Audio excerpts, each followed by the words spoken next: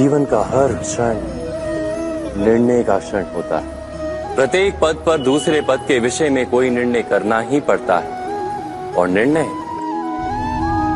निर्णय अपना प्रभाव छोड़ जाता है। आज किए गए निर्णय भविष्य में सुख अथवा दुख निर्मित करते हैं, ना केवल अपने लिए, अपने परिवार के लिए भी, आने वाली पीढ़ियों के लिए भी। जब कोई दुविधा सामने आती है तो मन व्याकुल हो जाता है, अनिश्चय से भर जाता है। निर्णय का वो क्षण युद्ध बन जाता है और मन बन जाता है युद्ध भूमि। अधिकतर निर्णय हम दुविधा का उपाय करने के लिए नहीं, केवल मन को शांत करने के लिए लेते हैं। पर क्या कोई दौड़ते हुए भोजन कर सकता है? नहीं।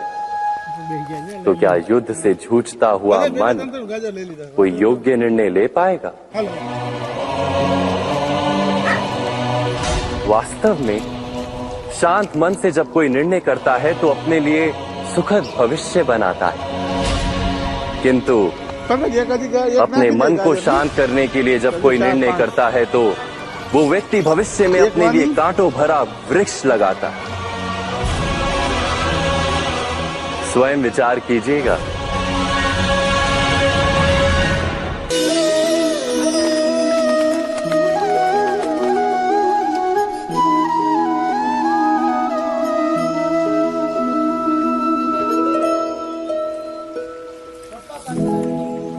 निर्णय के क्षण में हम सदा ही किसी अन्य के सुझाव, सूचना, मंत्रणा या परामर्श को आधार बनाते हैं और हमारे भविष्य का आधार हमारे आज लिए गए निर्णय के ऊपर होता है।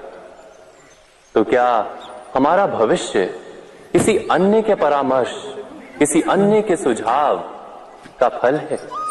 क्या हमारा संपूर्ण जीवन किसी अन्य की बुद्धि का परिणाम? क्या हमने कभी विचार किया है? सबका अनुभव है कि भिन्न भिन्न लोग एक ही स्थिति में भिन्न भिन्न परामर्श देते हैं। मंदिर में खड़ा भक्त कहता है कि दान करना चाहिए और चोर कहता है यदि अवसर मिले तो इस मूर्ति के श्रृंगार चुरा दे। धर्म से भरा हृदय धर्ममय सुझाव देता है और अधर्म से भरा हृदय अधर्म का परामर्श देता है। धर्म में सुझाव का स्वीकार ही मनुष्य को सुख की ओर ले जाता है, किंतु ऐसे परामर्श का स्वीकार करना तभी संभव होता है जब हृदय में धर्म हो। अर्थात किसी का सुझाव अथवा परामर्श स्वीकार करने से पूर्व स्वयं अपने हृदय में धर्म को स्थापित करना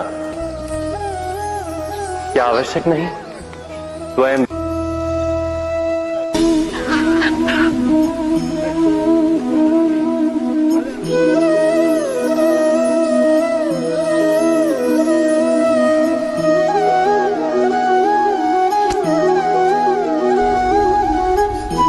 मरी गयो ना हारी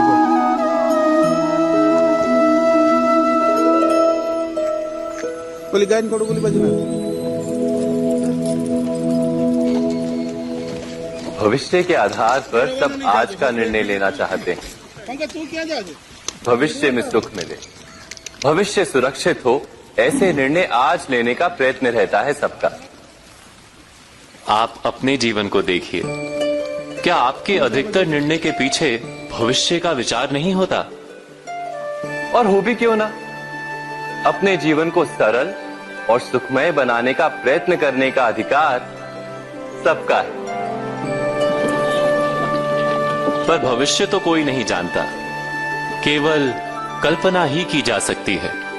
तो जीवन के सारे महत्वपूर्ण निर्णय कल्पनाओं के आधार पर ही करते हैं हम। क्या निर्णय करने का कोई तीसरा मार्ग हो सकता है? विचार कीजिए। सारे सुखों का आधार धर्म है और वो धर्म मनुष्य के हृदय में बसता है। तो प्रत्येक निर्णय से पूर्व स्वयं अपने हृदय से ये प्रश्न अवश्य पूछ लेना कि ये निर्णय स्वार्थ से जन्मा है या धर्म से? क्या इतना पर्याप्त नहीं? भविष्य के बदले धर्म का विचार करने से क्या भविष्य अधिक सुखपूर्ण नहीं होगा?